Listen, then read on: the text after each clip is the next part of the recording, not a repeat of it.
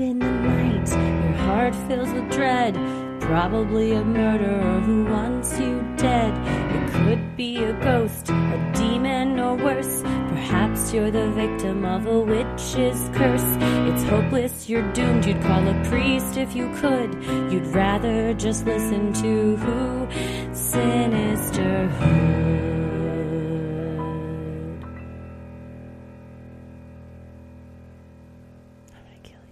Welcome to another edition of Freaky Friday, where we tell your odd but true stories. It's Friday, July 25th, and I would be in trouble if I did not say it's Paris Brown's birthday. Happy birthday to my husband. Happy birthday. My brother's was the 23rd and my mom's is the 27th. So happy birthday to all the Leos in our life. To our beloved Leos, and welcome to Leo season to us all. May it be a better season. Then what? Just, all the previous seasons we've had in the last 6 months. Just everything? Just all of this. Whatever season, whatever astrology sign you ascribe to, bring us a good season, please. Yeah, Leos, you are up. Well, speaking of up, we've got 6 writer-inners today who we got some follow-ups, we got some new tales, some jaw-droppers. Update. Amazing. Yeah, for sure. Got all sorts of stuff. Before we get into that, we got all sorts of stuff happening over in the Atlantic Ocean. I had to think about which ocean it was. Like, that one, the middle one. Pacific is West Coast. Atlantic is East Coast. So it's the Atlantic Ocean. For the November longest time. 3rd through 7th, we got Crime Wave at Sea 2025 happening. It's approaching quickly. So get your tickets while you still can, because they're almost sold out from what we hear. Absolutely. It's the ultimate true crime festival at sea. Not just us. You're going to see Henry and Ed from last podcast, Scared to Death, True Crime Campfire, and so many more friends, plus all of your favorite new buddies that you don't even know you had yet that have similar interests and are there to party on the ship and meet us all on the Lido deck for the extravaganza. All the buffets, true crime podcasts, fan meetups, Q&As, hanging out with us, excursions, Bahamas. Come on, pretty Bermuda mama. Triangle. Yeah. I'm ready. Abductions. I'm triangling right now. I'm saying nothing's impossible. I don't think so. Anything is possible aboard Crime Wave at Sea 2025. Go to our website, click live shows, or go to crimewaveatsea.com/sinister. Get your fan code, get your cabin book, because like Christy said, they're selling out. So they are. See you aboard. And if you can't go and you're wanting to see us live, go over to our Patreon page and you can purchase Full Moon Energy, our live tour from last year, our final show. I just looked at that picture of us because I have it as my Facebook cover photo of us, like, me too, showing off our, I don't want to spoiler it if you haven't seen it, but showing off a part our of the grand finale. Yeah, grand finale. And it was like all the shows that we done throughout the whole tour that like brought back memories. So it was a fun one. Well, head on over to our Patreon if you want to check that out.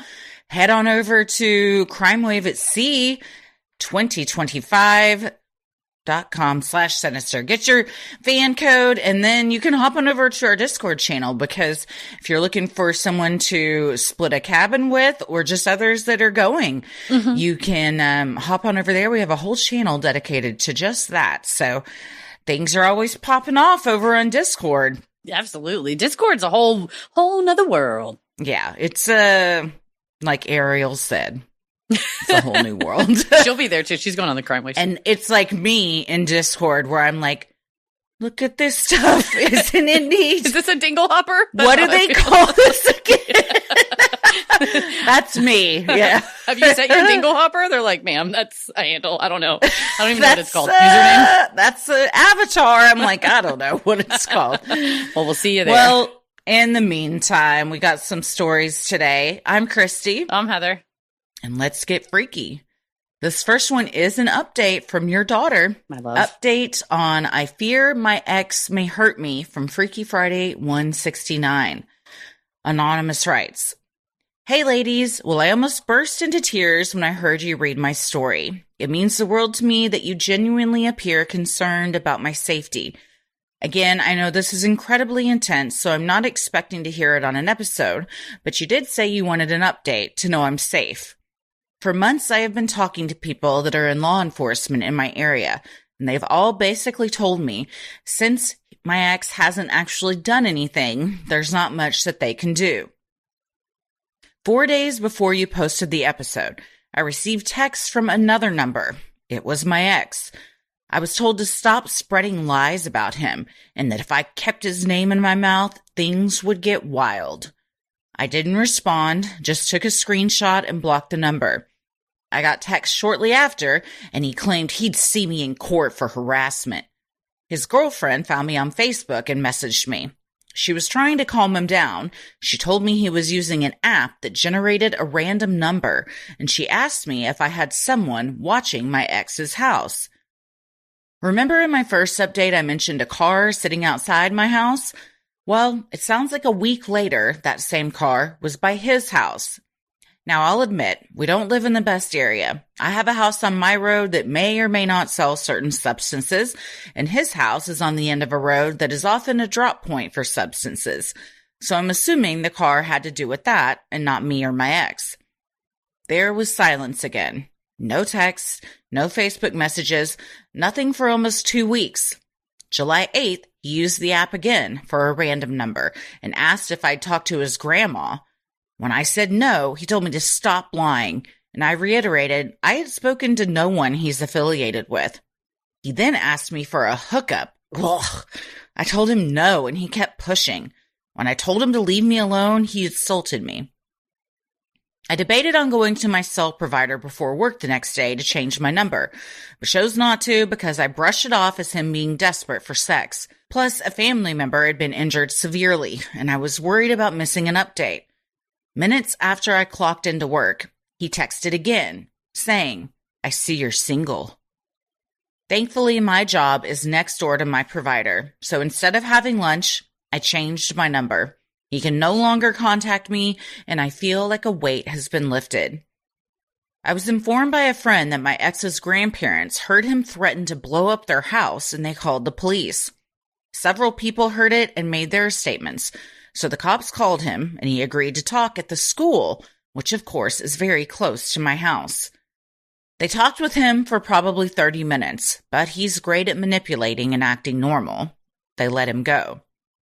I wish the cops had gotten a bad feeling and had been able to have him held for 72 hours in a mental health facility. I do not think he is stable. I always tried to get him to see a doctor when we were together. A friend of mine told me he exhibits the same symptoms they and their sibling do from bipolar disorder. I worry he could end up hurting himself or someone else. I have heard nothing else, and I truly hope I never do. That's all I have for now, and hopefully forever. Thank you again for making my voice feel heard. Advice for everyone. The first time your significant other makes you afraid, listen to your gut. Don't stay because, well, they haven't actually hurt me. I didn't listen to mine, and eventually it started to change to, he hasn't hurt me yet. Well, he hasn't hit me. And then, he hasn't almost killed me. Stay safe out there, everyone. I promise the next time I write in, it will be my name and will be silly and goofy. Well, thank you for updating us, first of all. This is definitely becoming a more and more dangerous situation, and I hope that you never hear from him again either, because this is, they escalate, right? Yes, and good on you for as much as a bitch it is to change your number, and you're like, I gotta tell everyone that I want to have it, that I got a new one and stuff. That's what's, if that makes you feel safe, and I think you did the right thing by doing that, then good for you. You can tell the people in your life who need it what it is and keep everyone else at arm's length at a minimum. Oh, definitely. And tell people you do give the number to, hey, if anybody asks you for this, don't give it to them. Because I always just fear, a situation where it's like social engineering, where it's your ex, but maybe a friend of a friend doesn't know it's your ex and is like, oh, you know Heather too? Did she get a new number? Do you happen to have it? Or whatever like that, where it's like, or accidentally adding you to a group chat with somebody else that's on it and being like, I'm trying to keep this number on the low as much as possible. Please kind of help me out with this, because it sounds like the police don't give a fuck. This man said he's going to blow up his grandma's house, and they're like, oh no, he sounds like a nice guy. Let's let him go. Like, that sounds like a terroristic when did the police just ask to meet someone at a school and talk? I mean, he must be charming. If they call him or like, hey, we want to come out and see you. I'm like, go to his house. Like, Or ask him to come to the station. Yeah, come downtown, man. We need to take you into a filmed interrogation room. Yeah. Being on neutral territory, perhaps even if it's his school, he has an advantage. Mm-hmm. At least, you feel like you might have an advantage.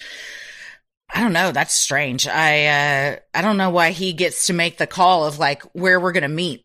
Yeah, I'm like, you're the one making terrorist threats, and absolutely, you're a domestic abuser. Like, control, coercion. That's the other thing. I appreciate the end of your message, Anonymous, of like, well, they haven't actually hurt me. Oftentimes, abusive relationships, there could be no bruises because it's coercion, control, financial control, information control, control of your connections. And so going for resources that like domestic violence hotline, resources like that, where you're almost like, oh, until somebody described it that way, I didn't know that's the situation I was in.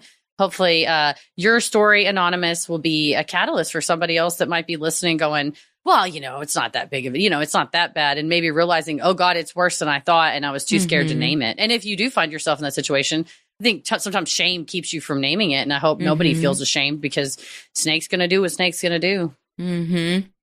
Well, thank you so much, Anonymous. We're proud of you. Keep it up. And whoever your ex is, fuck him to the moon. Straight to the moon. And the moon blows up with him on it. Sinisterhood will be right back. Here's the thing. I'm always hungry, and I'll never have food to eat unless it gets sent to me or someone plans it, and I'm not the planner of it. I'm a snacker. I got to have snacks with me, and I need healthy snacks. I do not eat gluten for health reasons. And so I'm like, it's very specifics. And if I don't plan in advance, I'm left hungry. Like, shopping, planning, cooking food can be simple and stress-free. And I found a way. Imagine you just have your weekly shopping cart. It's full. Your meals are decided. You take all that work off your plate. That's why I love Hungry Root. You changed my life, Hungry Root. Sounds wonderful. Hungry Root is like having your own personal shopper and nutritionist all wrapped into one. They take care of the weekly grocery shopping, recommending healthy groceries and meals tailored to your taste, nutrition preferences, and health goals. All of Hungry Root's recipes can be made in just 15 minutes or less. With over 15,000 recipes shipped each week, there's something for every taste and nutrition preference. What's been on your plate recently from Hungry Root? Ooh, we got our Hungry Root shipment, and within the week had eaten every single one. Because I'm like, I'm gonna eat breakfast, lunch, and dinner. They're so good. Yes. And Tommy cooks. So he did a wonderful job of making all. We had Thai coconut chicken one night with rice. It was so good. The children loved it. And getting them to eat stuff that's like out of their normal, menu items is always a challenge. They loved it. I was shocked. Also, the barbecue bacon cheddar burgers were delicious. Also great. They loved those. Their smoothies are great. Their snacks are great. All the little chomp sticks and different things. I love to just throw those in my bag. They had these chocolate and banana snacks. They were like banana pieces covered in chocolate, and they were so good. Oh my God, they were so good. And the texture of them was so good. I've never had anything like it. I'll just have a couple, and then I ate the whole bag. That's how I was with the Skinny Dip dark chocolate peanut butter almonds. I was like, I've never, they must be in a grocery store, but thank you, Hungry Root, for being like, you'll like this, and it's good, and it tastes good. And that was my poolside snack. As on my road trip snack, I had bags of pickles. They have delicious little beef jerky snacks. Like you said, the chomp sticks, the nut packs, everything that Hungry Root has sent me has been, I reach in my purse and I'm like, thank you, Hungry Root. You have made my life. Not to mention all the recipes are fast and easy, because again, I need to eat now. Take advantage of this exclusive offer for a limited time. Get 40% off your first box, plus get a free item in every box for life. Go to hungryroot.com/creepy and use code creepy. That's hungryroot.com/creepy, code creepy, to get 40% off your first box and a free item of your choice for life. hungryroot.com/creepy, code creepy. Well, this next one's from Jackie, and it's called CSI Childhood, My Accidental Encounter with a Killer. Hi, I'm Jackie. I've been a huge fan for years and finally decided to write in. I'm 42 now, and this story still haunts me like it happened yesterday. I grew up in a small town just outside Calgary, Alberta, Canada. Summers meant early mornings being dragged out to my parents' gas station, where my dad would put me to work. This was the 90s, when child labor was more of a character-building exercise than a legal issue. One summer, in a rare stroke of mercy, my parents signed me up for a week-long day camp to get me out of their hair. But on the first morning of camp, we had to make a pit stop at the station, and that's when things got weird. There was a man there trying to do business with my dad. They disappeared into the office while I awkwardly waited. Even at 11, I knew something was off. He had the kind of energy that makes your skin crawl. My mom later told me he made her deeply uncomfortable, and he'd been incredibly pushy about trying to sell my dad cigarettes to stock in the store. Again, very 90s of him. While we waited, he came up to me, looked me dead in the eyes, and said, "Sorry for making you late, kid." He reeked of stale cigarettes, and his fingernails were filthy. I remember thinking he looks like someone you'd cross the street to avoid. Luckily, my dad turned him down, and good thing too, because that man was Stephen Barnes. At the time, he was the prime suspect in the murder of a young woman named Delene Hempel. And he wasn't just being watched, he was actively being targeted in a Mr. Big sting operation. If you're not familiar, in Canada, a Mr. Big operation is when undercover officers pose as criminals to befriend a suspect and coax a confession. They're controversial and even banned in some places. But this wasn't just a low-stakes cigarette hustle. This was part of a larger attempt to catch a killer. Stephen had been stalking Delene the night she disappeared. She was a newlywed and working a shift at a local bar when he harassed her relentlessly. After her shift, she tried to drive home. He followed her, shot her, and left her in a ditch. The creepiest part? My mom told me that around the time Delene was still missing, Stephen asked her if she would pull over for someone she recognized on the side of the road. That is exactly how he lured Delene to her death. He eventually confessed during the sting, and in 2005, he took his own life in prison. This story has haunted me for decades, not just because of how close we came to him, but because Delene never got to live out her life. She had just gotten married. She deserved so much more. Thank you for creating a space where people can share stories like this, and for being so genuinely amazing at what you do. If your tour ever brings you to Calgary, Fondue in Banff is absolutely on me. I've included some photos of myself and my pets, Penelope and Fitzgerald. Jackie. What excellent pet names, first of all. And they're, are those King Cavaliers? I think that like a King Cavalier Spaniel or something. Spaniel? Like oh, they're so cute. Look at those little fluffy faces. Penelope and Fitzgerald sound like they're very fancy pups, and they look very fancy. Great picture of you. They're You're beautiful. Well, thank you for telling us about Delene's story. Yeah. Wow. I did a little bit of Googling because I had not heard of this, and so sad. Just, she didn't come home when she was supposed to. It's one of those, you don't have cell phones and stuff at the time, and her new husband just kind of drove around looking for her, found the car, and then she was found, a few days after. I guess he met her at the bar and then stalked pretended some kind of car trouble or something on the way home. It's just so sad, so unnecessary, and just one of those, you're in the wrong place at the wrong time, which shouldn't ever be a thing. We should all be able to be at any place we want at any time and not have to have that be used, on our Dateline episode. Well, they were just in the wrong place at the wrong time. I was just in a place. I was at work. Where I was, and this man showed up. So I would say he was in the wrong place at the wrong time. He was in whatever place. He was doing the wrong thing at any time. Yeah, he was in the wrong place doing the wrong thing. Yeah, that's a really good point that I think we use that phrase just freely because it's kind of like an everyday phrase. But when you break it down, you're like, she didn't do shit. She was in the place she needed to be. And this guy had a rap sheet long. I mean, he was he said it was like I have a disease for greed that I cannot control. From when he was like 15 on, was just a hustler and a scammer and also a murderer. What got me about Jalene's story was her sister Jalene saying that for months after, she said she would get in her car and go park at that intersection where they found Jalene's car. And she said, kind of setting myself up as bait, thinking that maybe I might be able to do something like that. Willingness and like big sister energy is just, it's heart wrenching to know. But I mean, it's also love with nowhere to go. You know, clearly she loved her sister so much. And to have this type of just 11 years old, Jackie being like, there's something about this guy. Oh, yeah. I mean, you can tell when people are evil like that, it just radiates off of them. I stayed up too late last night watching almost all of the victim impact statements from the Idaho 4 and Koberger sentencing. And my God, talking about big sisters. Oh, yeah. Olivia is incredible. Oh, man. I was like, girl, this took so much strength, and she didn't give him the satisfaction of crying. She just tore his ass apart.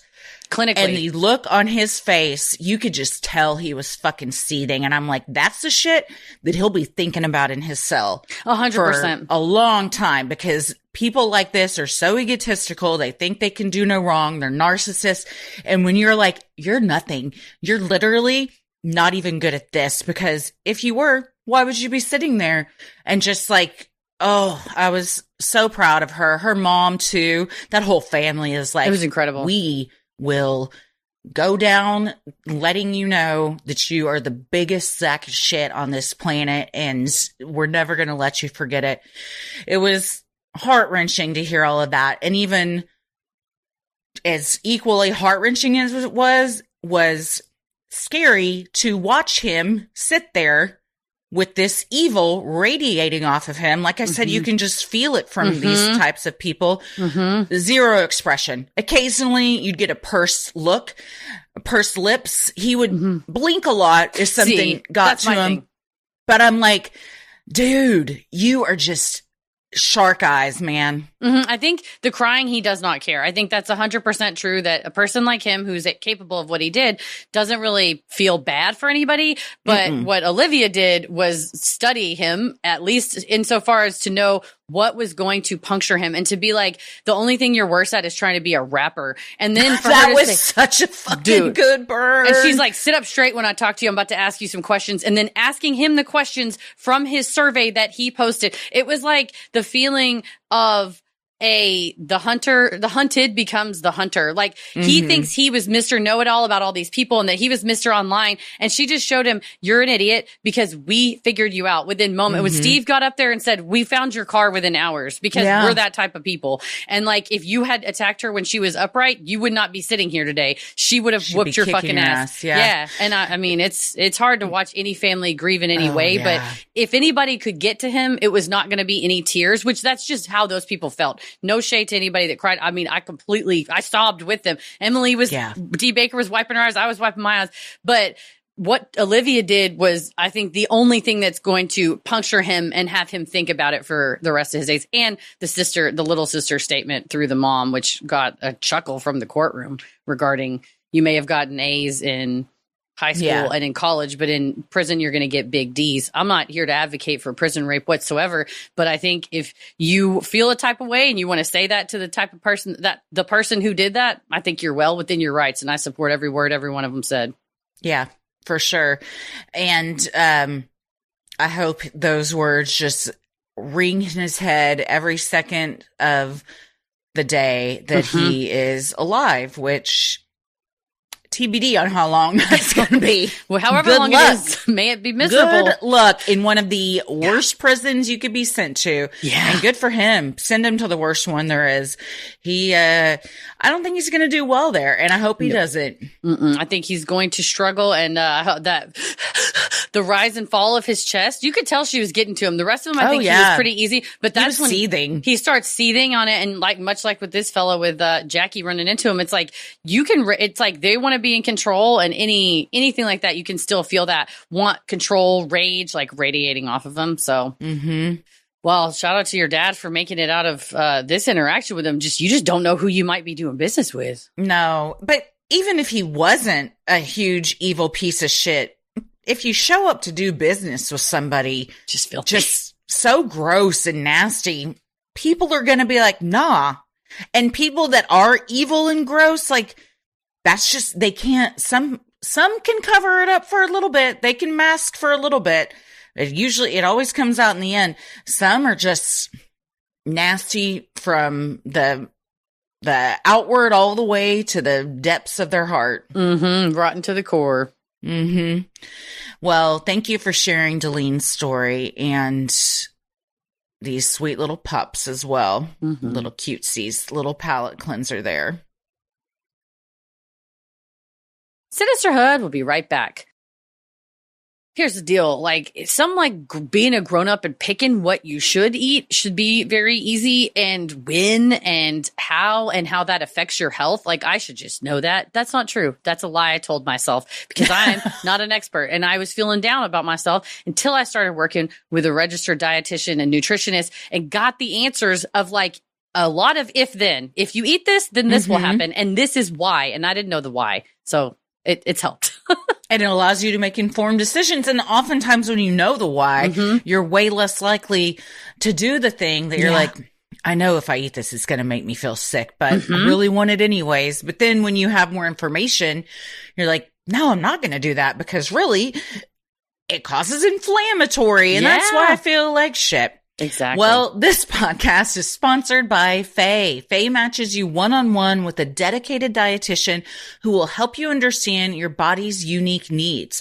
Your personal dietitian will work with you to create sustainable, evidence-based programs, not just quick fixes, to help you build healthy habits and achieve your health goals. So whether you're dealing with low energy, digestive discomfort, managing conditions like PCOS or diabetes, navigating food allergies, or you just want clarity amidst all the confusing diet noise, getting personalized guidance could be the foundational support you need. At Faye, they believe expert nutrition counseling should be accessible to everyone. It's so simple to find a dietitian who fits your needs and to instantly check your insurance coverage before signing up. The vast majority of people are covered and pay $0 for their sessions. Plus, Faye has a huge network of registered dietitians, so it's easy to find somebody who specializes in what you're looking for. And it really does empower you to make small choices every day, and you feel like you're making, it's not an I was very all or nothing thinking on food stuff. I could never eat da-da-da again. But in some cases, I can mix it with something else or pair it with something, and it causes me way less discomfort. And I would never have known it absent working with a registered dietitian. Having a personalized nutritionist used to cost big bucks, but not anymore with Faye. Listeners of Sinisterhood can qualify to see a registered dietitian for as little as $0 by visiting faynutrition.com/creepy. That's faynutrition.com/creepy. One last time, that's faynutrition.com/creepy, and make sure you use our URL so they know we sent you. Well, this next one, again from your daughter. Hello. And it is called My Cousin's Family Might Have Started a Cult. Hello, ladies. I jumped over from National Park after dark and was crying laughing at episode 13. And I've been hooked since and slowly working my way through your backlog. I really just wanted to get this off my chest and have someone else read to see if I'm just paranoid and crazy or not. After hearing your episodes about religious cults, I'm having some alarm bells going off. I am a Christian, as is my whole extended family. During COVID, my uncle's family left the church we have all been going to, and with some others from the community, started a new church because they disagreed that people should wear masks in church. Which, fine, to each their own. However, the new church has some teachings that seem to mirror the beginnings of a cult and ingredients for abuse. First red flag is they only read the King James Version of the Bible and believe all other interpretations are not right. Problem for me is, this version is the hardest one to actually understand for yourself. Second red flag is that in order to be a true pastor, the men have to be married, potentially leading to some quick forced marriages so the man can go into his true potential. Third red flag, women are not to be pastors. I asked why to one of my cousins, and they said it was because women lead with their heart, not their head like men. AKA, we are too emotional, I roll. Currently, a woman can still have leadership roles in the church as they list a woman as an elder on their website, but you gotta wonder how long that's gonna last. Fourth red flag. When my 23-year-old male cousin was dating an 18-year-old girl, some of us mentioned how she was still pretty young for marriage. My uncle said, I'd let people get married at 16 if they are in love and God put them together. Fifth red flag, and maybe the saddest. The oldest child from that family was adopted and came out as gay. The sisters will still acknowledge him and show love, not support. But both the dad and brother will barely acknowledge him anymore. It's so sad to see. They rejected him because who he wants to love, and that didn't align with what they believe. This, along with some other things, kind of made that oldest brother spiral into alcohol for a while. But now I'm happy to report he moved far away to California and is living his best life with a really sweet guy. Sixth red flag that I found out about last night, and the reason I finally decided to write in. They are friends with the Duggar family. Mind you, we live in Kansas, the Duggars live in Arkansas, so it's not like they ran into each other one day. I'm not sure how they got acquainted. My cousin said this with pride, and I nearly spit out my drink. I said, you realize the oldest brother is a convicted sex offender? And she just said, well, just because he sucks doesn't mean the rest of his family does. Which, that's fair. I don't want to judge an entire family on what one piece of shit does. But even excluding that, the Quiverful movement is associated with them. And along with all the other crap I've listed above, it just makes me nervous as fuck for my girl cousins, 21 and 17, that are living in that church. My brother kind of agrees with me, which makes me feel a little less crazy, but I still don't feel like I can really talk to anyone else in my family about it. People are entitled to worship God however they want, and currently I haven't heard of anything truly sinister happening within that church. But I fear all the ingredients are there. Am I crazy? What do I do? We're all a close family, so until I have evidence of something sinister, I feel I can't stir the pot. But I don't want to wait until someone gets hurt to speak up. Any advice will be great. I honestly didn't realize how many red flags there are until I started writing this list. I'm sure there's more as well, but these are the main ones. Thank you, Anonymous. Well, first of all, Anonymous, you're not wrong. I think we are seeing a lot of early cult signs, beginning with the beginning, which is the purpose for forming the church was to create an isolation from mainstream institutions. Like that's a splinter group. Yes. Yeah. It's like a form of control, right? Like you're saying we can only be here because we're the right ones. And then that's the seed of the us versus them thinking.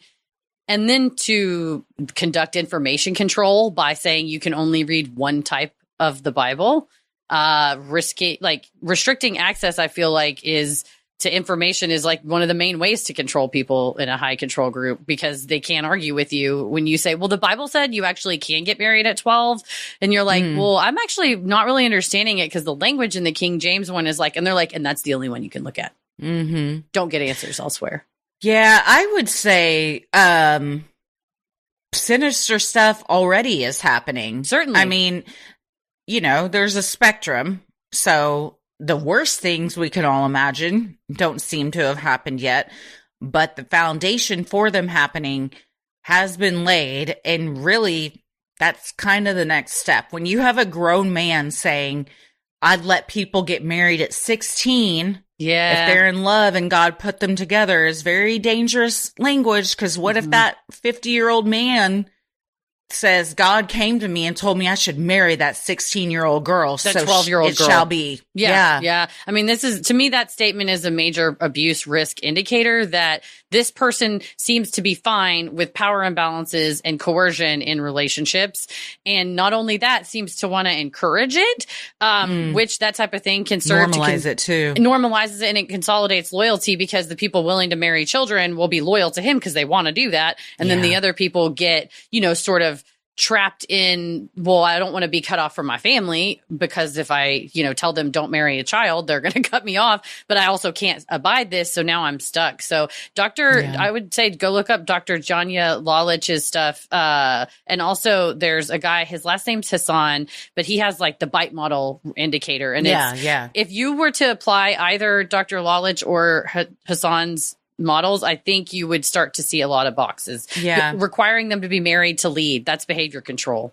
Like, and only allowing men to be the ones that can lead is, I mean, a huge red flag, whether it's based in religion or not. You're already saying like women and men aren't equal. Yeah. It's thought control. It's emotional control. It disempowers women from speaking up because you've been trained from probably a young age, if you grew up in the church, that, well, the feeling that you're feeling is actually just you're too emotional. It's probably your period. You should let a man decide. Wait until you get married when you turn 16, and then your man will just tell you what to do, and you won't have to think for yourself anymore. Yeah. It's really sad, and it is sad for people that are born into situations like this, or like you, Anonymous, where you're like, I see all the writing on the wall. I think my brother does, but at the same time, we can hold two truths that like, these are your family members and you love them. And it's very hard to cut off ties with like your family, especially if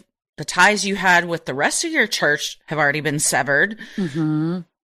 Sometimes that is what has to happen though, for your own safety, as well as like just not even just physical safety, but like mental safety of like cutting ties and going no contact with people that think this kind of stuff is okay. Because I mean, I don't have a crystal ball, but I don't think I have to say like, if this all kept going the way it is, a few years from now, you're going to have 16-year-old girls getting married to grown men, and you're going to find out, oh, such and such was essayed, and this happened. No one said anything. Yeah. If maybe it already has too, because it's just, why cult shaped if not cults? Truly. And to that point, the Quiverful Association, to be associated with them proudly as a badge of honor, that suggests that they're happy to be aligned with the high control ideology, like the Quiverful movement, which says,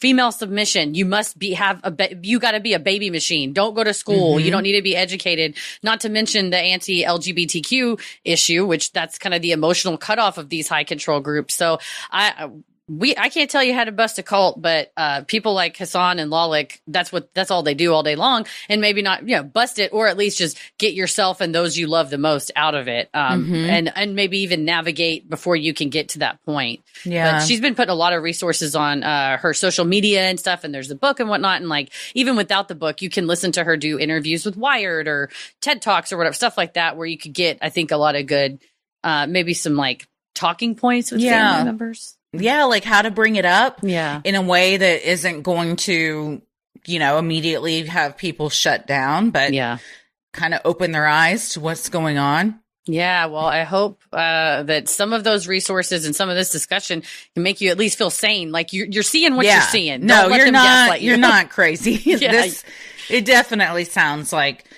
they started a cult. They started a fringe religion. And it has devolved into more than that. Yeah. And this has happened to a cousin of mine, and I might ask him to write in. But they said, we were at a church, and then some people from that church went off on their own, and we're like, well, we don't have a building yet, so we're going to just do it at our house. And we have this barn. And they were like, then like meeting after meeting, it slowly became less about scripture and fellowship and what we liked about church, and more about the end times are coming and you got to start prepping. Let's all get our guns and go out and practice shooting in case we need to use it. And then my cousin was like, oh no. No. But it's like, your family members don't start out to go like, we're going to start a cult, but it's like the egos and the feelings and the good feeling you get when you control people. So they don't want to let that go. Maybe you wanted for a while to say, I'd let people get married at 16 if they're in love and God put them together is a gross and loaded statement. Hell of a statement. It's like illegal in most places, and or you have to get your parents' permission. And I'll say it. I don't think it's a hot take, but I don't think parents should sign off on their kids getting married at 16, no matter what kind of religion or culture it is, because they are women and men, but like your bodies are not ready to start doing that kind of stuff. You know, I mean, it happens, sure. Your brain's but not grown. Like, do we want it to happen? Do we want that to become, you know, normalized where 16-year-old girls are like having babies and in the kitchen? No. I don't want that to be normalized, certainly. No, it's horrible. And there's an organization, and the name of the organization escapes me, but it's not hard to find because they're one of the loudest anti-child marriage advocate groups that go from state to state to state to try. And we talked a little bit about them in the Kenrex McElroy episodes because it's still legal in a lot of places for really, really young girls. Primarily it's girls. It's something like 95% of child marriages are girls. In fact, perhaps Arkansas is one of the places where kids can get married at 16 with parents' permission. I think in Texas you still can too, and Missouri up until recently, because that's where the Kenrex McElroy story was at. So there's still, you know, check the state you're living in because it might still be legal. And that organization has done tons of research on statistical outcomes, and it's never a good thing. Like, it's just, there are individual anecdotal stories, including members of my own family that got married when they were 16 and the other person was 23, 25. Like, and that all worked out. I don't know. Whatever. I mean, my grandmother was very, very young, like that 16 when she got married. She didn't have access to all those statistics, though, to know that it actually is not good. So it's like, now that we know better, we do better. So why don't the laws align? It was a much different time back then. Yeah. And I hope that we do know better. Yeah. We do. I hope we do better when we know better. The problem is, like, there are some people that just, they don't think that is better. Yeah. They think the way they know some people is that the right way. Don't follow proven medical advice. Like, they started an entire church for themselves because of that. So there you go. But hopefully. Yeah. When your whole reason for starting like an offshoot is because you don't want to wear masks during COVID. Well, first of all, that says a lot about you. Yeah. And that's, I mean, you can probably go back to our episodes during COVID and hear us go on rants about that. But like, clearly, like, you're going against science. You're trying to just, like, nobody's going to tell me what to do with my body except me. And I'm going to tell that woman that she's got to have a baby and that she can't be a pastor because she is a woman. And too emotional. Meanwhile, I'm freaking out. Yeah. I think it's just Take that mask off. Triggered. Well, Anonymous, bless you, my dear child. And check out those resources and let us know how it goes if you try to apply them. We did a whole episode on the Kerrville movement, and ooh, Lordy. It ain't no good. That's what my dad the Duggars, fuck them. I mean, those kids were born into just a shit show. Yeah. All fucking 22 of them or however many there are at this point. Yeah. But the family, the mom and dad, man, they are just totally fucked in the head. Horrible. For so many different reasons. Yeah, disgusting, horrible people. Shout out to the daughter that got out of it, though, and wrote like a tell-all book and whatnot. I believe that was Ginger, but hard to do, but very, very. Godspeed, Anonymous. Sinisterhood will be right back. Bad habits can lead to bad outcomes, but it doesn't have to be that way. That's where Fume comes in. Fume is a flavored air device, not a vape, and definitely not a pipe, that gives you a fresh way to take control of your habits.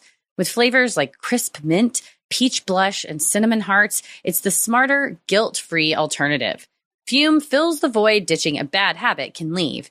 It uses no batteries, no nicotine, and no vapor, so you can use it anywhere. Not to mention, doesn't it feel so badass in your hand? Oh, I love it. It's so like the perfect weight. It's got a smooth wood finish to it. It's nice to run your thumb up and down. It's little fidgets. It comes with a nice stand, so you could keep it on your desk or your nightstand, wherever you want to keep it. And also, the flavors are great. Crisp mint, love it. Peach blush. Peach is my favorite fruit. I love anything peach flavored. It's great. Then you got cinnamon hearts, which is like a little spicy. I like a cinnamon mint in general. Like, I'm a mint, but also like a cinnamon mint if you want to get a little hits another part of your tongue. Fume's got you, man. Fume has already helped over 400,000 people take steps toward better habits, and now it's your turn. Use our code CREEPY to get a free gift with your journey pack. Head to tryfume.com. That's tryfum.com. Use code CREEPY to claim this limited time offer today. Well, this next one's from Claire, and the subject line is Creepers Gonna Creep. Hi, Christy and Heather. First, just have to gush about how much I love you guys and your podcast. I really only listen to about 4 or 5 on the regular, but I can safely say you're one of my favorites. I avoided listening to Freaky Friday episodes initially, for God knows what reason, but when I finally got caught up, I had to listen to something, obviously, and now they're like a little treat at the end of my week. Now that that's out of the way, I was listening to Freaky Friday episode 169 and thought I finally had a couple of short things to contribute. Unfortunately, they're more super fun stories about creepy teachers because apparently creepy men are always going to creep. I went to a small elementary school in a small city on the Canadian prairies. This school went from grades K to 8, as we didn't have middle school or junior high. Each class had only one teacher, and we did not move about the school to take different subjects. But most teachers did run various extracurricular activities, like sports or clubs. A little past the beginning of the school year in grade 6, a strange thing began happening that put everyone in my class a little off. We would all come into the classroom at the beginning of the day, or maybe after lunch, and some of the girls would have slips of neatly folded paper on their desk. I heard whispers from people about it, but had no idea what the whole thing was about or what was in the notes, as most of these girls and I simply didn't run in the same crowds. This kept happening intermittently for several months. Not all the time, but enough that everyone in the class noticed it. It was probably around halfway through the school year that the larger population of the class, beyond the affected and their friends, began hearing what these little notes said. Things like, do you think Mr. Teacher's name is attractive?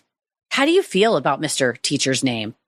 What would you do if Mr. Teacher's name did insert gross thing here? This is about when the entire class began to get really sketched out and finally encouraged these girls to report what the note said to our teacher. When they revealed to our wonderful teacher what had been occurring without her knowledge, and she learned about the contents of these notes, she was fucking horrified and immediately reported it to the principal, who reported it to the proper authorities. Mr. Teacher's name was the volleyball coach for the grade 6 to 8 girls. He had been a teacher at the school for many years and was very well liked and trusted among the student population. We quickly learned that our class was not the only place he had been leaving his skeevy little notes, and others had been found on desks of the girls' volleyball team all over the school. I'm still not certain how he pulled off such a thing without being caught earlier, but it had gone on for months. According to what I heard, most of the girls indicated he had never been outwardly inappropriate with them. I'm unsure if that's just the naivete of a 6th grader talking and they would feel differently as adults, but it certainly makes the whole situation even more strange. In the end, Mr. Teacher's name was never charged with anything. Not sure if there's anything to charge for here or not, but he did end up getting suspended from teaching in our school district. Not enough of a punishment as far as I'm concerned, and we never heard from him again. The second story occurred when I was in high school. Did you ever have that one teacher, or maybe a substitute, that was super cute and all the girls seemed to have a crush on him? We had a couple of these at our school, but this one substitute was infamous in our district because he was just so handsome and so cool. To illustrate, I once had him as a sub for guitar class, and he said, "Let's toss out the lesson plan. I'm going to teach you guys how to play rock and roll." Yes, I know, I also found this lame and barf-inducing, but he was young and everyone loved him, including the boys. So I sucked it up because when you're a kid in high school, that's what you do. So I found the man a little cringy, but it wasn't really until around grade 12 that I began to clock how he behaved with certain girls. Just a little touch to the shoulder, or a lean on the desk, or spending a little more time on a particular assignment with one student than was absolutely necessary. Still, everyone seemed to like him, and I didn't hear anything from anyone about any truly heinous behavior. So, once we all graduated, I mostly forgot about him. It wasn't until years later that I learned he had been fired by the district because he was caught dating multiple students, and that this had been going on for years. The ones that they knew about all were 18, so he obviously wasn't charged for anything, even if it was super gross. But he never worked as a sub again.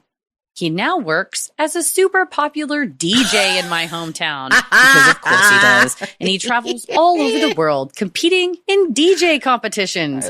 He's in his mid-40s, and I can't be certain, of course, but he's probably still saddling up to teenage girls with his "I'm so cool" shtick and trying to get in their pants because, like I said, creepers gon' creep.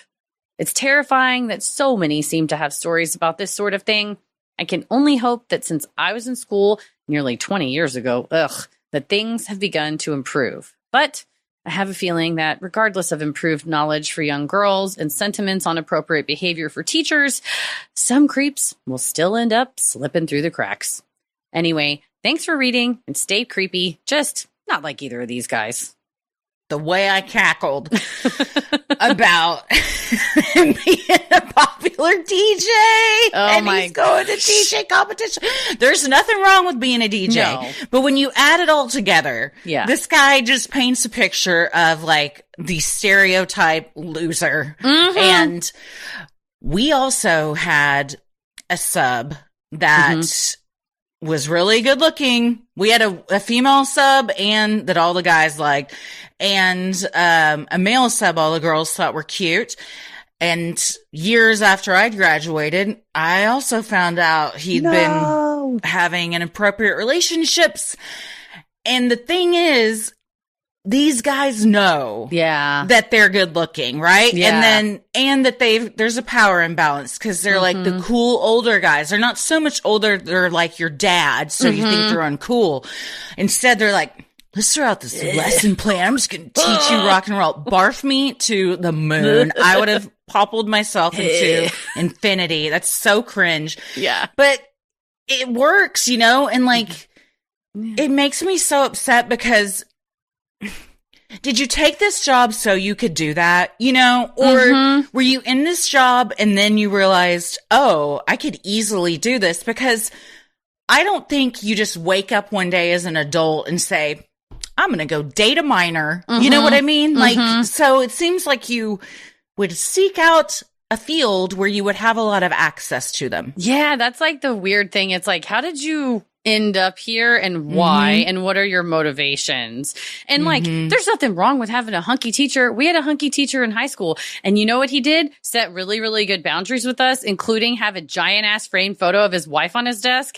And anytime a girl would try to even remotely bring up anything flirty ever, it would always be like, my wife really loves da da da da da. Like, you know, just really like, and was like, I want to be here as a resource for you all as a teacher. But at no point was he like, come sit on my desk and talk to me. You know what I mean? And I think back and I'm like, and the way that we talked about it, we were in love with him. We all thought he was gorgeous. And he knew that. Teachers hear everything at schools. He's fucking hot. He knows he's hot. He also looks in the mirror and is like, I know I'm good looking.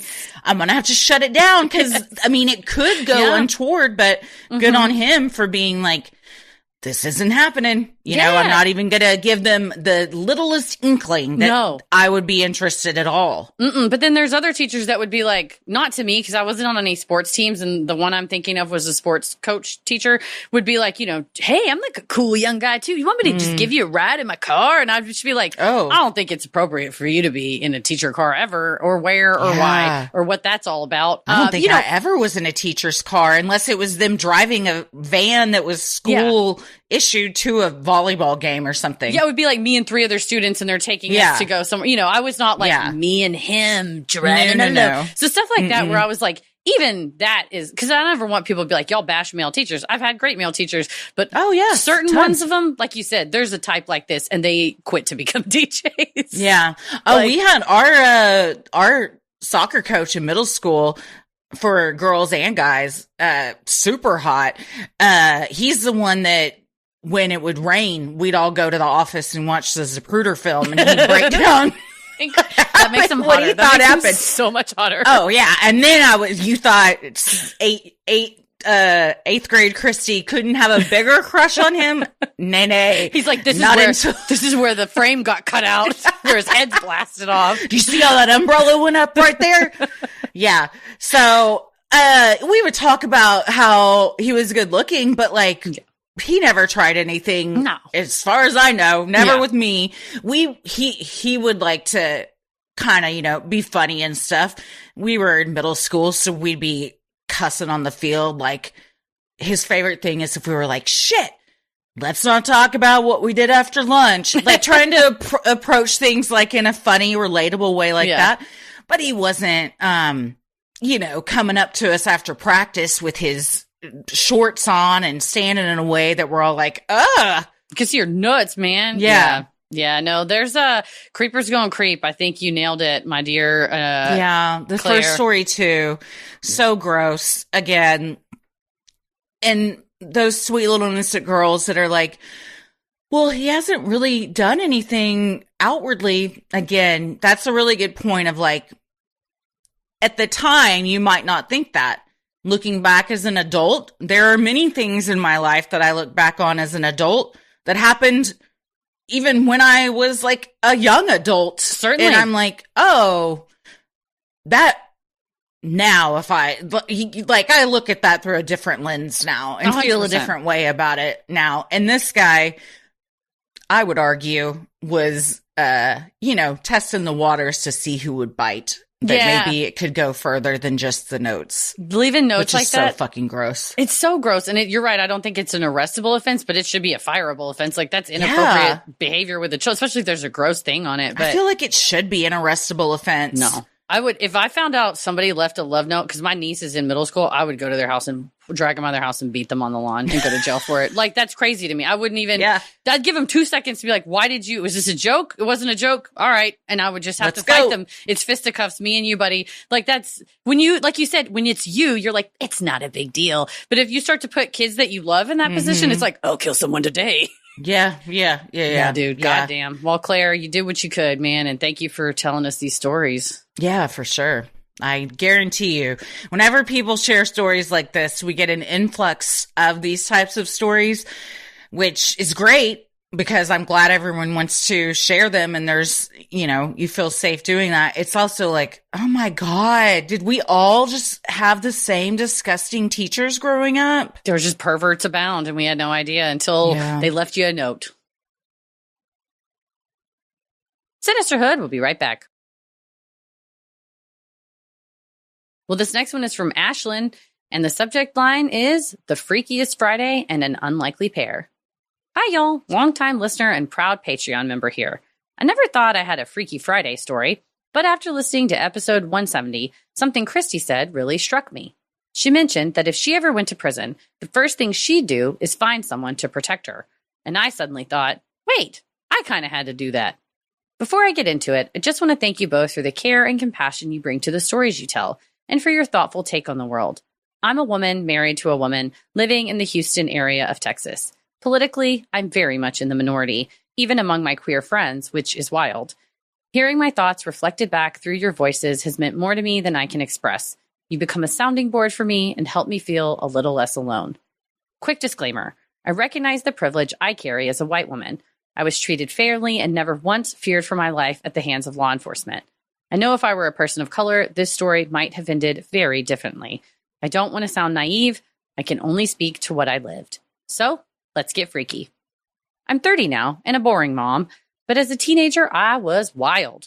I grew up in a deeply religious home, and with a mix of confusion over my queerness and some religious trauma, I rebelled. Not in a dangerous way. I still got good grades, but I wasn't afraid of consequences. I drank too much, dabbled in drugs, and at 17, that landed me in jail one Friday night on a misdemeanor charge. I won't say exactly what I did, but it was innocent enough. I didn't hurt anyone or put anyone in danger. I was arrested and taken to city jail. I called my mom crying, only to hear men on the other side of the wall mocking me for crying to mommy. My parents were working to bail me out, but before they could, I was transferred to Harris County Jail as a 17-year-old girl. I was handcuffed and driven from my small suburb to the third largest jail in the United States. When I arrived, I was told to sit on a bench while they processed me. The weight of it all hit me at once. I started having a full-on panic attack, crying, hyperventilating. That's when a large woman on the other end of the bench looked over and said, totally deadpan, You better dry that shit up or you're going to get your ass beat, little girl. Y'all, I swear the tears sucked right back up into my skull. I didn't cry again until I was back in my mom's arms. After that, I was strip searched, an especially traumatic moment as a survivor of sexual assault, and then moved into a massive holding cell with about 50 other women. The smell was indescribable. I looked around and saw women in all kinds of crisis. Unhoused, withdrawing, shaking, curled in fetal positions. I was terrified. I thought I was mature, but I had never been exposed to anything like that. I sat against the wall, knees to my chest, trying to disappear. After a while, a middle-aged Black woman walked over and introduced herself as Emma G. "Hello, Emma G," I said. "My name is Ashlyn." "You look very warm, Ashlyn," she said, "You look very warm, Ashley," she said, mishearing me. "Mind if I sit next to you?" Obviously, I wasn't in a position to make enemies, so I said yes. She sat close and rested her head on my shoulder. I was uneasy, but I wasn't getting bad vibes, so I let it ride. After a while, she lifted her head and apologized for being ripe, which I learned meant she hadn't been able to shower in days. When dinner came, a frozen bologna sandwich and an oatmeal cream pie, I instinctively refused. Emma G nudged me, and I accepted the food. "You don't ever refuse food," she said. "Having something in your pocket can go a long way." I handed it to her and said I was too anxious to eat. From then on, she stuck close when she could. I don't know if I needed protecting, but I felt like she was looking out for me. She made sure I didn't draw attention, offered to go with me to the toilets in the corner. I held it for 24 hours, but still. And she watched my back while I caught a few hours of sleep. Those hours were long. The lights never dimmed. The walls were this sickly yellow color, and the air was thick, like layers of sweat, bleach, and anxiety, all pressed together. The concrete floor was freezing, but sitting upright was the only option if you didn't want to be stepped on or singled out. There were no clocks, so time stretched and warped. Every minute felt like an hour. People were constantly yelling, groaning, crying, some from pain, others from withdrawal. One woman paced back and forth for hours, muttering to herself and shouting at invisible people. Another was curled up on the floor, shivering, twitching, occasionally vomiting into a corner. Emma G somehow made space in that chaos feel a little safer. She talked just enough to distract me about her daughter who had just graduated high school, how she used to cook Sunday dinners for her whole family. She had this way of weaving between tough and tender, like she could read the room with instincts I didn't have yet. When a fight broke out between two women across the room, she simply leaned in and said, "Eyes down, don't look, don't flinch." I didn't. Eventually, we were moved into releasing together, just before we would have been issued orange jumpsuits. I never asked why she was there. She hinted at a mistake, and I didn't pry. Emma G and I were an unlikely pair, but she taught me a lot in a short time. She was rough around the edges and maybe not super self-aware. I mean, she did lay her head on a stranger, but she had this deeply maternal, protective energy. When we were released, I let her use my phone to call a ride. As I collapsed into my mom's arms, I heard her say to a man nearby, "That poor baby is only 17. I introduced her to my parents, and they thanked her for watching over me. I still think about her 13 years later. I hope she found stability and joy, and that she got the life that she deserved. As for me, I've never done anything since that would land me in jail. I had panic attacks for a while afterward. It might sound dramatic, but it really did change me. This experience has stayed with me, and I know one day I'll tell it to my son as a cautionary tale. Thanks for reading. I love y'all."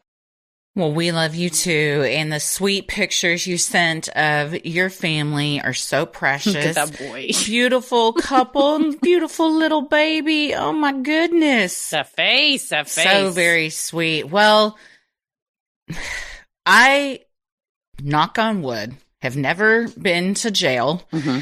This sounds like a complete nightmare. Yeah. And at 17, I would have reacted the exact same way. And, you know, Emma G was a mom and saw that, you know, you probably made her think of her own little girl. And even in the darkest of places, we can find someone that, look for the helpers, as Mr. Rogers would always say. And in a situation like that, where you're like, I've never been here before, I believe a lot of these people have, and they know what the deal is. So it is like, you need somebody to be like, don't look, keep your eyes down, don't, because I wouldn't know, to do that. I would stare at it or whatever, or I would sleep or on the I'd be floor. like, hey, ladies, let's talk this through. Let me mediate this for you. I'm a judge. Listen. Yeah, first of all, my toxic trait is I would think I could get everybody in there just like kumbayaing by the end of it all. What really stands out to me is how everyone in there was suffering, like you said, and so many from like mental health to addiction.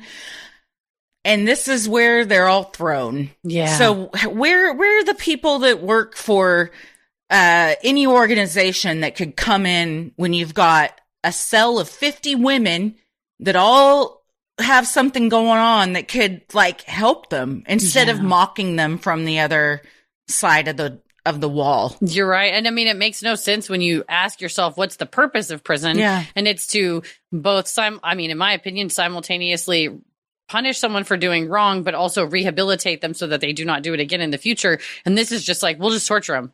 Just like torture them and just charge as much money as we can, these private prison companies, and then deliver the like least valuable services possible, instead of saying everybody that ever checks into jail ever gets a assigned social worker that's paid for by the state, and they walk them through the whole process and keep them out of the process.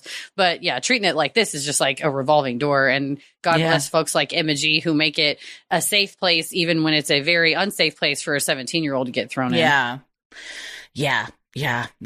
It's never a place anybody wants to find themselves. And I'm glad that you found someone that, could make it a little less terrifying. Absolutely. Well, thank you so much, Ashlyn. Sinisterhood. We'll be right back. This last one is from Erin, Augie's mom. Oh, thank you, Augie's mom, for everything. I always have to say thank you, Augie's. My 3 little meat potatoes are over there enjoying Augie's little castle and ramp and everything right now, and little blankies. Thank you so much. Augie's guinea pig memory lives on. Oh, yes, very much so. Well, Erin writes, her subject line is, my childhood experiences growing up with the Guadalupe floods in Kerrville, Texas. Hello, you two. I'm Augie's mom, Erin. I wrote into another listener's episode about my therapy guinea pig, Augie. Thank you for covering the Kerrville and Hunt County flooding. I'm originally from Kerrville, and my parents still live there, right on the Guadalupe. They are safe, but so many others are not. My heart grieves for my friends that have lost family members, including children who attended Camp Mystic. My heart grieves for friends who spent their childhoods at the camp, first as attendees and then as camp counselors. My heart grieves for my community and those who I do not know. I want to be mindful of something Christy said during a recent episode. I cannot remember the exact quote, something along the lines of the feeling of guilt you experience surrounding an experience that has not directly affected you. I did not lose loved ones during this most current flooding, nor have I lost loved ones during past floods. However, I've lived through some pretty gnarly flooding when I was growing up in Kerrville. The Guadalupe River Basin has always been dangerous. It floods yearly, granted with various severity ratings. I grew up out in the boonies. We had to cross about 3 or 4 river crossings to make it out to our property, and flood season was always terrifying. There were several times when the Guadalupe was too high, and these river crossings were impassable, meaning we had to spend the day and some nights at friends' houses in town. We grew up on 12 acres, some of which the Guadalupe flowed through, and we were all very strong swimmers due to countless days spent exploring in and around the river. Many of my childhood memories include my parents telling my sisters and I to, quote, roll down your windows and unbuckle as we regularly drove through floodwaters. This was to ensure that we all had an escape route out of the vehicle should it stall or get swept away. Thankfully, our car only stalled once, but each and every time we had to cross during flood season was terrifying. One summer, we had the worst flood, present-day flood excluded, and my sisters, mother, and I just happened to be attending one of the various summer camps on the Guadalupe, not Camp Mystic. One early morning, I remember waking up to all the adults very sternly telling us, all of us girls, to get up. Then I heard many of the girls whimpering and crying. Our cabin had flooded and the water was up to the adults' knees and rising quickly. The adults created a line and began passing myself and the other girls out of the cabin to several waiting adults who carried us up onto dry land before running back down to the other cabins to continue the same process. At one point, my mother had slipped as the floodwaters were now rushing past their thighs, hitting her head in the process. The cut wasn't deep, but man, head wounds bleed profusely. I'll never forget the sight of my mother with blood running down her head and face, carrying one or two girls through those floodwaters until all were safely accounted for. That must have been back in the early 2000s. Like I said, the Guadalupe River has always been dangerous. Thankfully, no one was lost that day. I remember a few years later watching the floodwaters from downtown and witnessing the old concrete bridge getting taken out with a massive wall of water. Water can be truly terrifying and powerful. Like I said, my parents live in Kerrville still, now closer to downtown and right on the Guadalupe. Thankfully, their house is on a hill. However, their section flooded to about 21 to 23 feet, and the river was brushing their deck. This aftermath has also been heartbreaking. The debris piles are totaling up to 3 and 4 feet in areas, almost making it impossible to conduct searches. Instead, some have resorted to making holes in these piles and bending over to see if they can smell any human decomposition that may indicate remains. My parents have been expressly forbade from going down to the waterline to clean up until they're given the all clear from officials who are conducting searches. The authorities really are trying to protect the general population from experiencing the trauma of finding people's remains. I think something that hasn't been covered as much is the fact that this flood took place over the 4th of July weekend. The Kerrville area draws so many campers and has dozens upon dozens of camping sites along the river, which has led to the death toll being so high with still so many missing. Regardless of politics of Texas, I urge those that can to find a way to donate. Natural disasters do not care about your political beliefs, your religious orientations, etc. They have the ability to affect us all, and in coming together as a community, recognizing that we as people are all connected by our humanity is how we show up for one another. I've attached 2 pictures, pre-flood of my parents' property, so you have an idea of just how much the water rose, as well as a screenshot from video my dad took of the floodwaters from standing on their bottom deck. Please don't post these publicly, but fair enough, we can describe them to you all. She continues, if this makes it on air, thank you. If it doesn't, I still thank you for taking the time to read my story and using your platform to support people of all backgrounds. Thank you. Well, thank you so much, Erin, for sending this in. It is to see these pictures of your parents' house, and we will not post them, but to look at this yard and how far back your parents' house is from the river, 2-story, and to know the water was brushing the deck. I mean, first of all, what? You're probably 50 feet minimum from the water line. I was going to say 100. Yeah, 100 feet I don't from the water line. And then also, then you're higher up, 25 feet up, and the fucking water came in less than an hour, that fucking high. It's just, it's wild. These, she said she couldn't figure out how to send the video, so she sent screenshots of the video. Shit.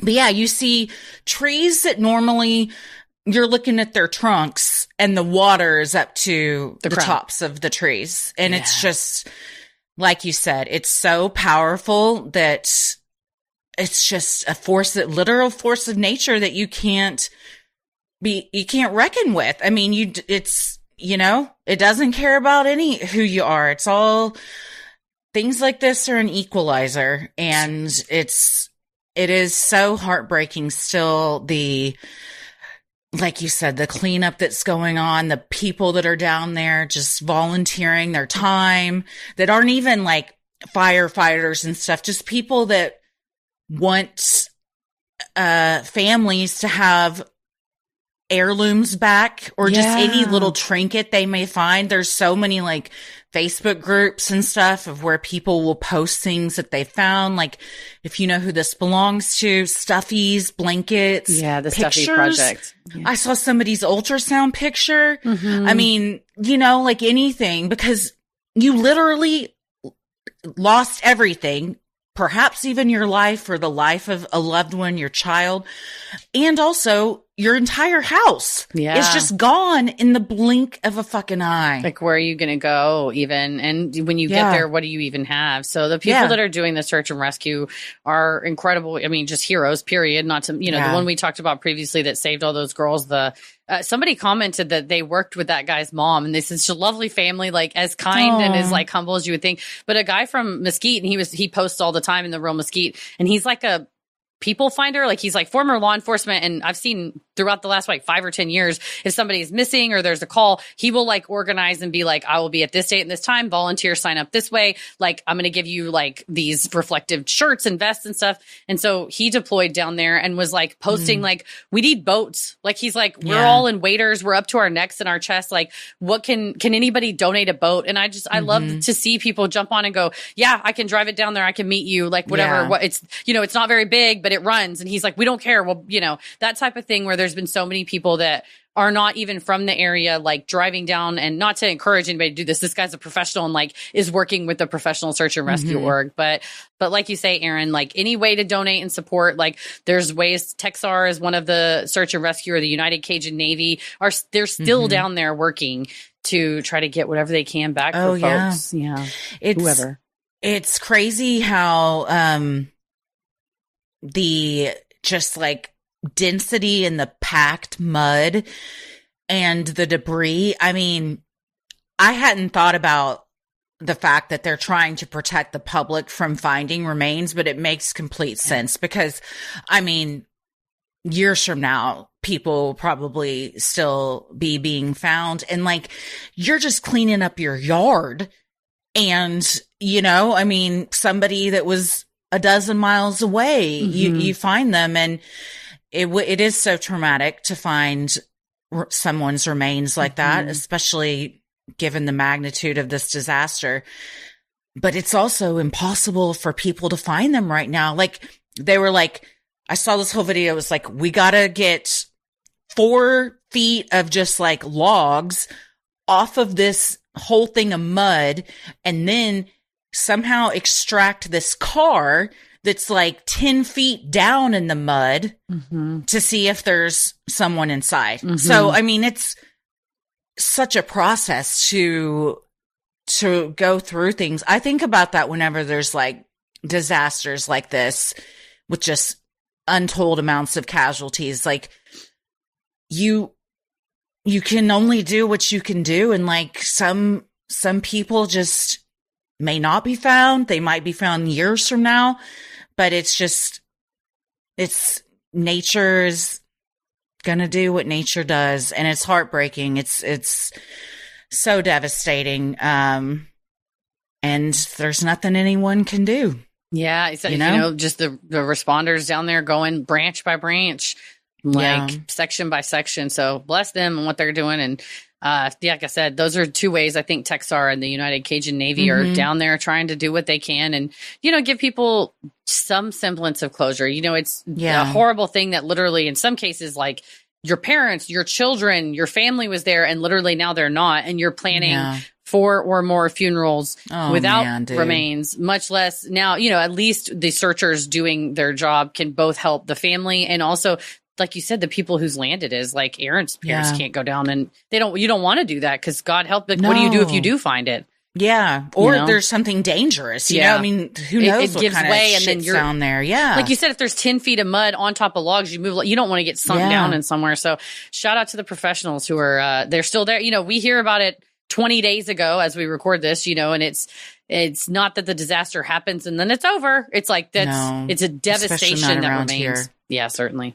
Yeah, I saw a still image from a funeral held the other day where one child survived.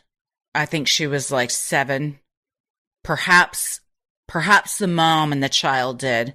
And they've got the caskets just up there in a row, tiny ones and big ones, because like her husband, her 2 other kids, her parents, I mean, generations of a family wiped out in, with one thing. It's just, if you can, stomach the Texas Monthly article that was written recently from, I believe, the editor-in-chief that was down there and directly affected in his story. It is gut-wrenching, heartbreaking, beautifully written. But it's a really harrowing firsthand account of what that was like for people and what it continues to be like afterwards. Because for so many, and I mean, I guess for everybody, the world continues moving on, but for so many people, they're stuck, but it's unfortunately time still does go on, whether you want it to or not. And I think it's important to not forget about these people and what they're going through and their families. Cause a lot of times with stuff like this, it's like everybody's real like concerned the week or 2 after it. And then you kind of forget about it. These people's families or lives are changed forever. And many of them don't have anything, literally nothing. Like Tommy was like, imagine if you just like had nothing. Like what do you start over, to start over, and like everything you've ever owned is just gone. A lot of it's replaceable. Some of it isn't. Your lives certainly aren't.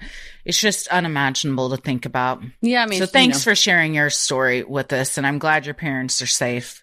Yes, and I think you're right. Like there's a repercussion and the outgrowth that we don't even see, where mental health professionals in that Kerrville area or for all over, because people do go down there to camp or whatever, are going to be processing this while also simultaneously processing having been a part of it themselves as well too. So when it hits a whole community like that, and I think because of the campers and whatnot, there were so many people from all over that really made it seem like a statewide, even the destruction was concentrated in a small area, it impacted so many people across the state. So for sure, we'll keep thinking about them for sure. And thank you, Aaron. My therapist told me that they had like all the therapists at their practice had a meeting about specific types of therapy to incorporate for people that will be seeking out services that they don't even know, but also their own clients that, and so I'm like, it is something that mental health professionals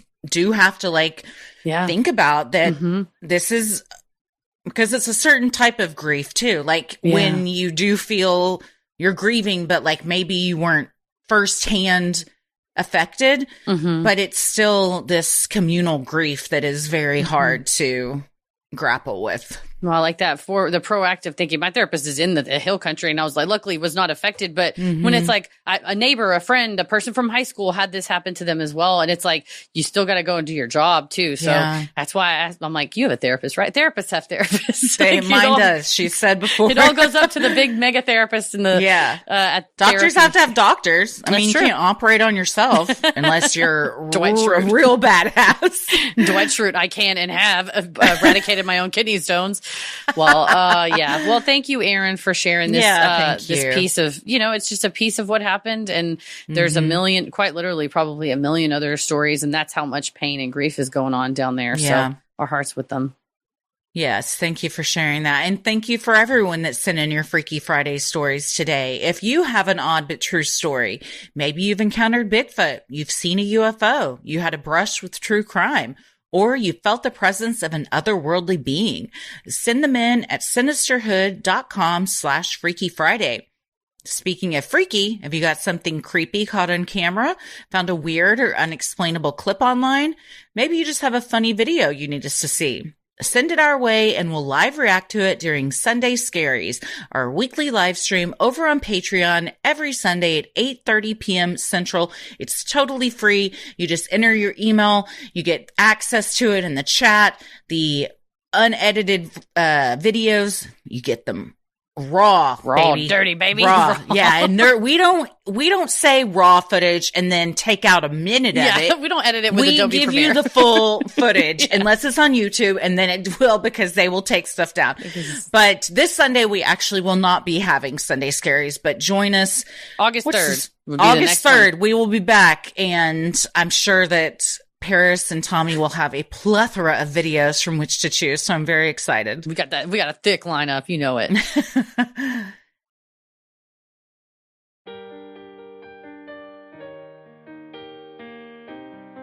Well, if you like our free episodes, you'll love our Patreon bonus content. You can join for free to see what we're up to next, and that gets you access to Sunday Scaries and an entire catalog of free content.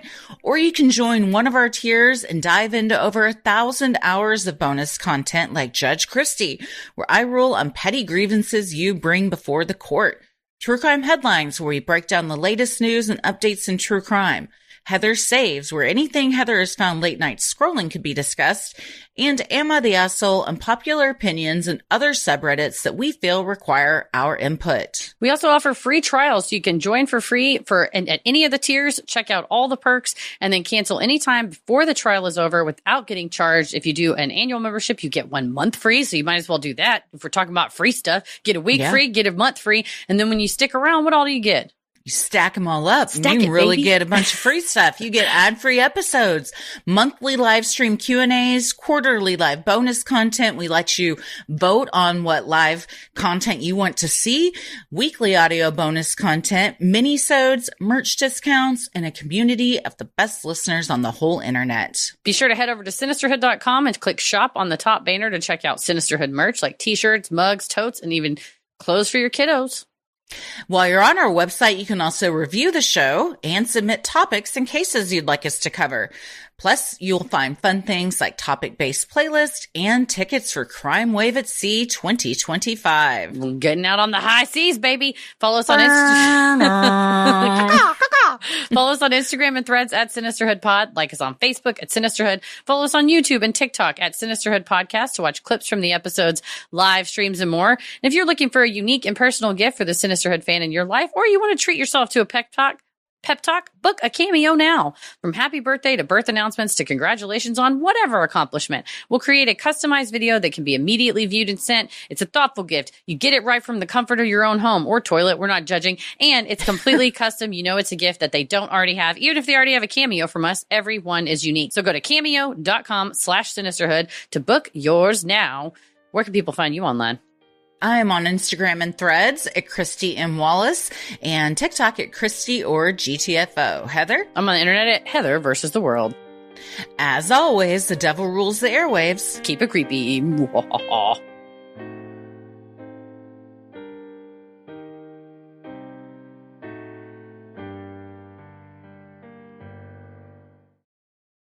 Sin